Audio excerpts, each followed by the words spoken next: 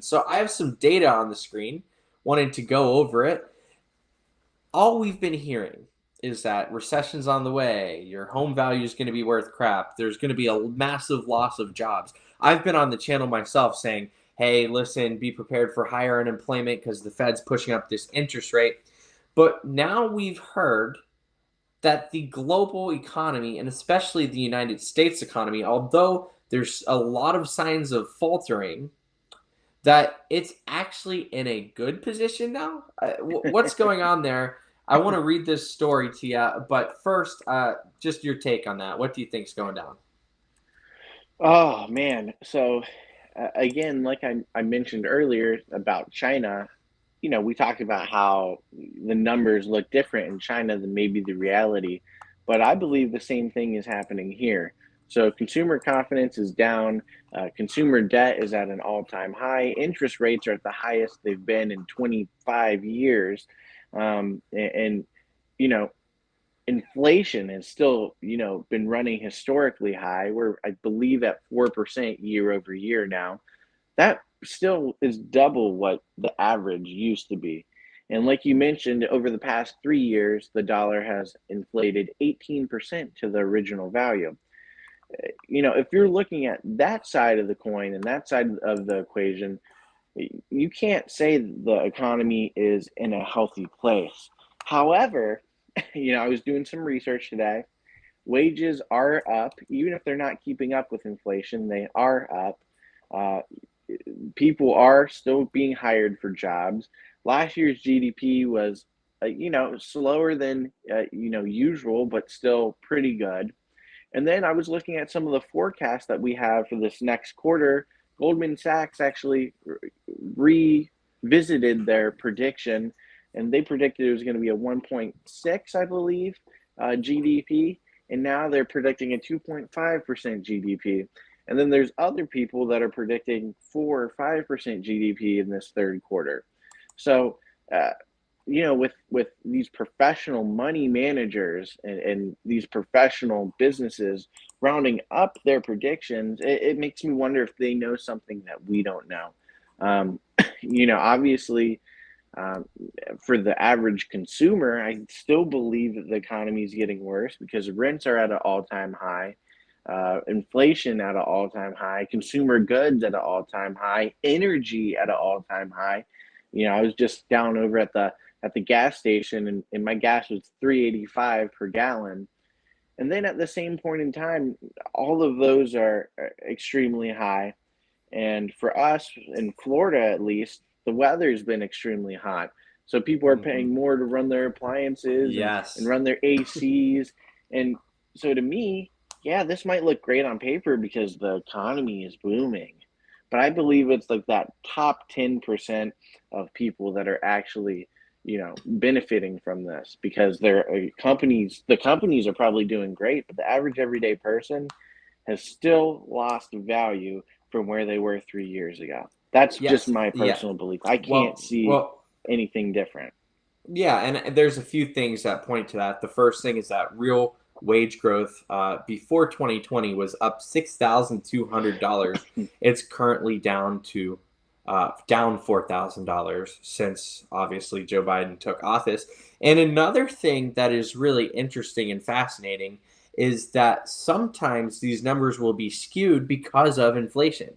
So if Yeah, prices yeah, go up by exactly. 17%, it's going to look as if, well, everything is rosy because the consumers are still buying and there's more gross income than ever before for all of these companies. They're setting record earnings.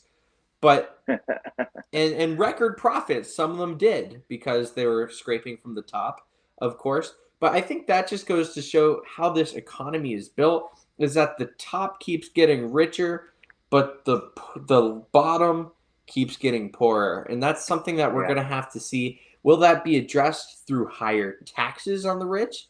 That's a dream that the Democrats have had for years. Maybe it has to come to fruition, even though I don't necessarily believe that is the best way to start economic opportunity for people who need to get paid from the top, aka the middle class and lower class. Yeah. Another thing that is fascinating, and I want your opinion on this, is that if the economy is continuing to be as strong as it is, doesn't that kind of make the Fed uh, doesn't that put them in an impossible position? Because Yeah. their whole Yeah. goal has been to suck money out of the economy. And well, what is their traditional plan to do that? Well, they have to make borrowing more expensive, Hmm. basically limit borrowing because it is too expensive for most people. And then the next step is okay, since these companies, since these corporations, or even people cannot borrow, now suddenly commerce grinds to a halt, less jobs are needed, therefore less pay going to the consumer. What do you think? Well, that's the problem. Like you mentioned earlier, a lot of people think taxes on the wealthy is gonna help. There's this thing called the Laffer curve, which we talked about, in an earlier episode, that actually shows that the optimal tax percentage that the wealthy need to pay is 33% to maximize revenue to the government. And unfortunately, a lot of wealthy people are actually paying more than that. Okay. The problem is the corporations aren't paying the taxes that they should because they find every loophole around the tax code of everything. They buy assets, they depreciate them on a depreciation schedule, and then they're not profitable. The big one that comes to my mind is Amazon, right? Amazon didn't show a profit for almost, I believe it was over a decade. I actually think it was closer to 20 years. And the reason why they didn't is because they used government write offs and tax loopholes to be able to show that they were not profitable on paper, but the value of the company continued to expand. So, now you could argue that they have a monopoly on the online shopping industry. Um, and so, does that help workers? Does that hurt workers? It's hard to say. Um, but I can definitely see your argument for saying that there does need to be a fix in the tax code. My personal view is that there should be a flat tax that everybody pays. Everybody pays the same percentage, a consumption tax, something like that, where we know that everybody is being taxed at the same rate fairly. And I actually looked at some stats that show that that would be actually the best way to create revenue for the United States government, and then they could spend more like they usually do. But They're good at back that. to the yeah, they're always good at that. But back to the original question, you asked, what is the Federal Reserve going to do? Well, they are in the precarious situation because a good economy in this situation where the government is spending money out of control actually creates higher inflation. And the Federal Reserve's only goal at this point in time, unfortunately for the workers and even for businesses, is to tamper Inflation down 2%. inflation to the 2% annual rate. That's the Federal Reserve's whole goal with this. That's all they care about. They want to tamper down inflation to 2%. Why? Well, I don't know, but that's their goal. Um, so with that being said, with this economy stronger than usual, yeah, are we heading towards a soft landing like we've been told? Yeah, potentially. It actually looks like they did a pretty good job of promising on that. But if they continue to fight inflation like it's the only foe that America is fighting, they will continue to raise interest rates to do that because raising taxes is so unpopular. So they'll raise interest rates, which is going to stop consumers from borrowing. It's going to make borrowing more expensive, which is going to slow down the economy. And when the economy slows down, it's not good for any of us.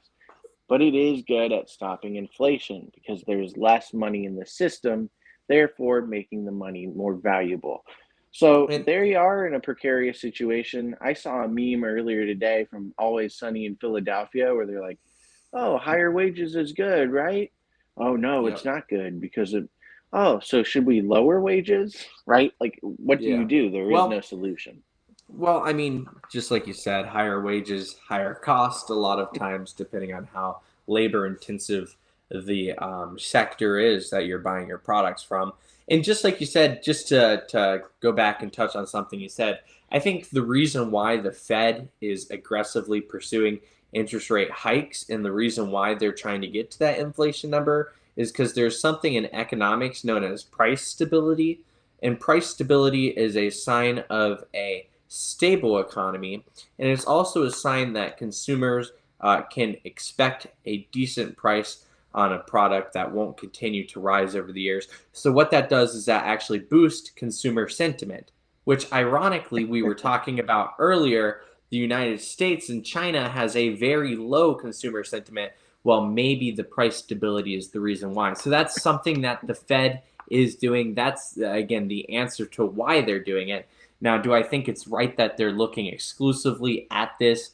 I do not. I definitely don't. And so we'll have to see what happens there.